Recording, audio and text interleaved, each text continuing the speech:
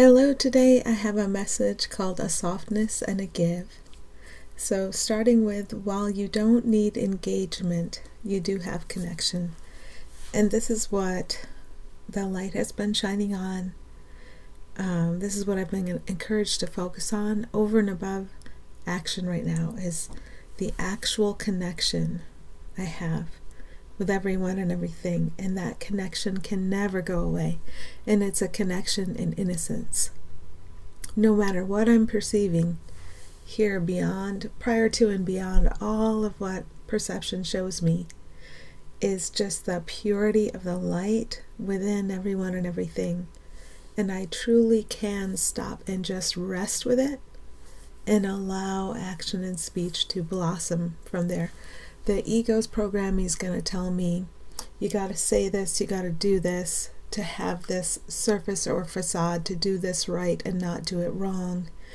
And you got to think this way and not that way. And it's very regimented and very,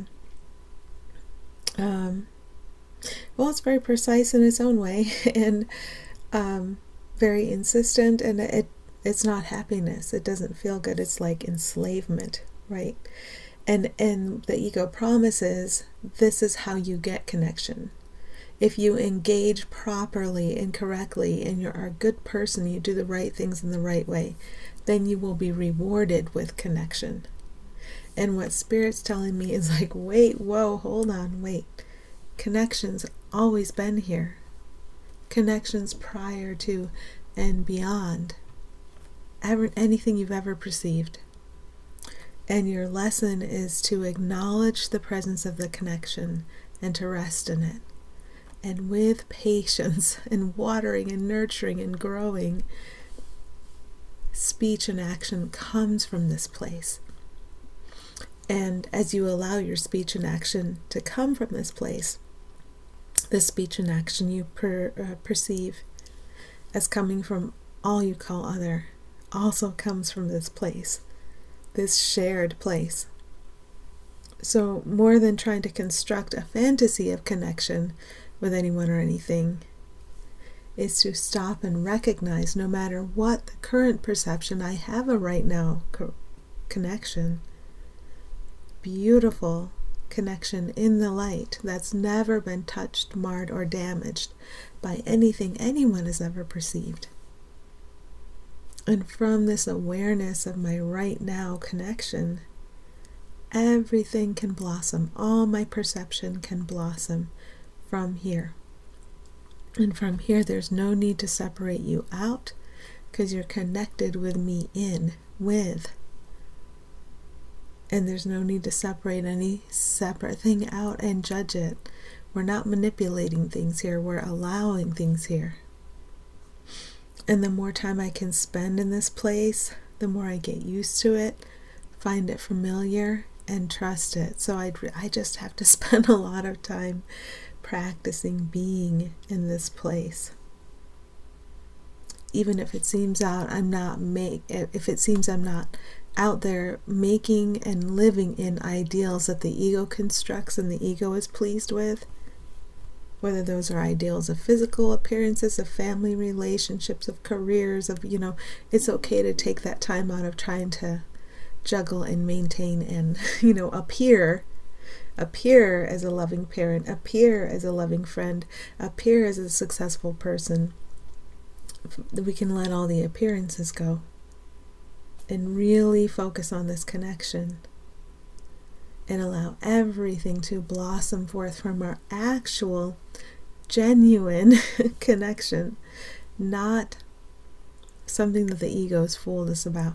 Egos can be in temporary alliance with each other, and if it's a very strong alliance, the ego will call it love, but it's not connection.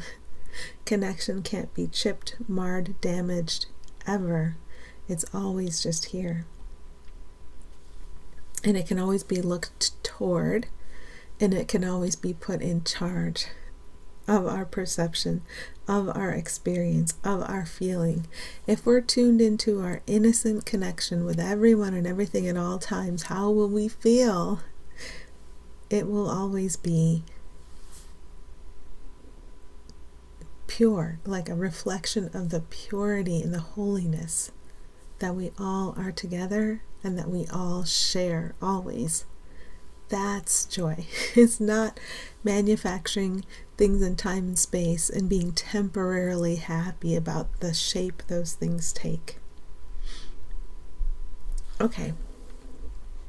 So then moving on to, if you're looking for a happiness that isn't there, you may be, meaning you're not experiencing happiness at the moment, but you seem to be reaching for it. You may be looking for the wrong kind of happiness. So are we trying to get a fleeting happiness? Are we trying to get pleasure? What if we remind ourselves that the happiness we're seeking for, it's always here. It is here. And the only thing we could be doing is hiding it from ourselves. It's always here. It is the reality. Joy is the unchanging reality. But we've done a lot of projecting of fear to cover up that joy. And what else can we do but allow the cleanup and have the willingness to let our misperception be corrected? The only thing that's ever happened is misperception. And 100% of the misperception can be corrected by what we are all together, by our connection, by our joy.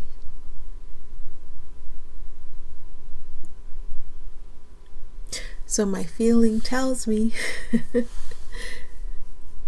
am I looking for the wrong kind of happiness? And then I could subside into, okay, I am willing to experience actual happiness, not ego substitute. So if I'm especially unhappy with anything right now, I'm going to allow actual happiness to show itself. And that's a happiness that doesn't pass away. I can tune into it like a radio station. It's always here for me to tune into. If I wander away from it, I don't feel good. So if that's the new reason for not feeling good, not circumstances in time and space, but having wandered away from the actual happiness that I share with everyone and everything at all times, that's the reason for unhappiness. So I can always set my course back, face back toward, there is a happiness I share with everyone and everything right now. And it completely fulfills me. And not only does it completely fulfill me as I truly am, not as I fake am, as its character, it completely fulfills everyone and everything I call else. It's completely fulfilling. There's nothing left to seek after this. It is us. It fills us entirely. And then we stop looking for it in time and space. And the funny thing about we stop trying to suck it out of a specific configuration in time and space is then time and space is free to reflect it back to us. We finally free the symbols of time and space to reflect what truly is here and what always has been. We've just been hiding it with fear. That can be reflected back to us when we allow it. So there's a softness and a give within any situation that seems rigid, impossible, stuck, chaotic, or fearful. And it's interesting to look at the characters. Sometimes ego will be telling us this character is particularly rigid. Or even maybe ego's looking at you and saying, you're too rigid, right? You can look within anyone or anything, and at the heart of it, see light. And in that light is a softness and give. So no one can be truly rigid. If a situation seems impossible, we need to stop and take a little time and slow down and look at the core of that situation and realize there's light at the core of it. This is a practice. And in that light is a softness and a give. And that beautiful light within this situation is here to benefit everyone and loves everyone so much. It is what they are. It's fully connected to who they are, and it fulfills everyone in the situation. And then we allow that light to be in charge. This is the power we have, to slow down and to look in this way, and to be willing to have all our misperceptions be corrected. And in this willingness, we don't know what our misperceptions get corrected to. We haven't already decided this was wrong and it should be this way, and if it's this way, then I'll call it right. We don't know the first thing about it. We just have an awareness, like I'm misperceiving. I know because I'm feeling some kind of stress or tension, and I'm willing to allow that to be corrected, to reflect directly back to me and all what we truly are and always have been, what's never changed about any of us. If we feel stuck in our lives, we can look right into the core of that perceived stuckness and see light right in the middle of it. Pure light, and be happy about its presence. And say, hey, right in the middle of this stuckness, there's a softness and a give. Something's wiggling here. And I'm going to allow the rays to extend from this light everywhere. I'm not going to know what the specific effects of that are going to be. We don't decide ahead of time in time and space. I insist that it appear this way. We look at the light and we allow it to expand, and we know we don't know anything. We've been misperceiving. We've been turned away from knowledge. This softness and give is closer to knowledge than anything we could label or interpret in time and space. So we just let it extend, and then we're not stuck anymore. In that moment, we can feel we're not stuck. And we're still not analyzing anything of time or space. We can just feel a little bit of a release, and we know, oh, that heaviness has dissipated. Thank goodness. If anything anywhere seems chaotic, as we practice, we can learn to see right in the middle of that chaos, nothing we would pull out as separate and try to interpret as good or bad, up or down, right or wrong, but just a light right in the middle of the chaos. It even kind of obliterates the perception of the chaos. It's like a rip, and the perception opens and the light comes flooding in. And it's this circle that just expands and expands and expands. We're so amazed. I want to see this light extend. Oh my goodness, I don't even know what the chaos means. I can't analyze it or judge it, but here's the light, and it's extending. And how do we feel then? Oh, we're not the chaos at that moment. We're the light. And it feels wonderful to be the light. And to know that everyone else is, to remember that. What a soothing thing. And still, we don't know what's about to happen in time or space. But we're going to give it to the light. We trust that. And when we're fearful of anything, when that fear comes upon us, it's an old habit. But let's look right in the middle of this fear.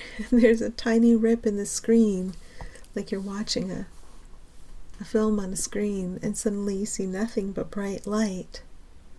And you become very interested, not in the scene playing out on the screen, but in the bright light and its presence. And there's a rejoicing and a welcome and a remembering. Oh my gosh. This light doesn't mean destruction. It just shines away the darkness. And I can trust it, and I'm so relieved to see it. And I allow it. Oh my goodness, thank goodness. Thank goodness for the goodness in everyone and everything. Thank goodness. And as a human, I don't have to know what I'm doing. I can be very much bumbling around. I don't know. But there's awareness that this light can come in and guide and determine and be in charge. And that's what we want. because we recognize that light is the reality of who we are and who all the other guys are. So we might as well allow what it is we truly are and what it is all the other guys truly are to be in charge of everything.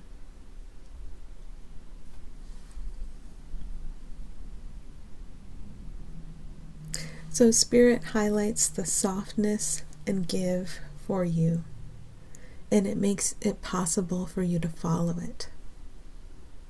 So we still perceive a body moving through a day, and we still perceive other bodies, and we still perceive this body saying and doing, and we still perceive other bodies saying and doing. And where's all of that supposed to come from? We receive thought. The thoughts occur to us, we follow the thoughts. The thoughts we share with God are our true thoughts. The thoughts that come from ego are what we invented. We feel truly jangled up when we receive a thought from ego. It is not relaxed.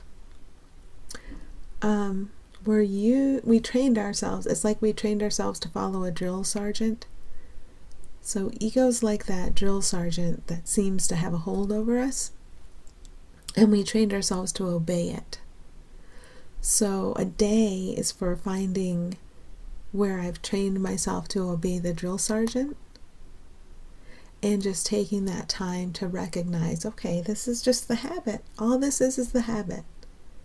And I can now use time for recognizing my connection with everyone and everything, and putting that connection, that softness, and that give, that transformational power that everybody shares equally, I can put that in charge. And I can stop many times a day to put that in charge. And the more I learn to do that, the more I know. I don't know the first thing about anything. I really don't. But I know how to put this in charge, and wow, that seems like everything. Thank goodness there's just such gratitude here for that. So there's always something here to follow, and it's something very loving and very calm. And if you seem to be cut off from that, the practices that bring you back to the awareness of what's truly here for you, they're here for you always. And it's okay to take time to tune in deeply and to allow what's really here to show you the most beautiful things about everyone and everything. So there's an upliftment always available to you. And when you notice you're not feeling it, maybe it feels you haven't felt it for a very long time, that doesn't negate its presence. That upliftment has always been right next to you. And whatever practices we feel drawn to, they help us turn toward that upliftment and gratitude and accept it. So nothing needs to change in a situation. When we're not feeling good, the only thing we need to do really is turn toward this upliftment and accept it and allow it. Allow it to occupy our heart, to extend from there. And that this is not a place from which we need to figure things out or plan. The plan for all of us gets made obvious to us. So kind of our most important job is tuning into the plan that gets made obvious to us. And resting in that plan. And understanding that all of us can flow with that plan easily. That's probably the biggest opportunity or task or practice we have today, is taking the time to stop, attune to the plan that's here for everyone, that helps everyone wake up and see the beauty and the peace within everyone they call else, and therefore themselves. That's it. And that plan takes care of everything. Okay. Hope this was helpful and wishing you well.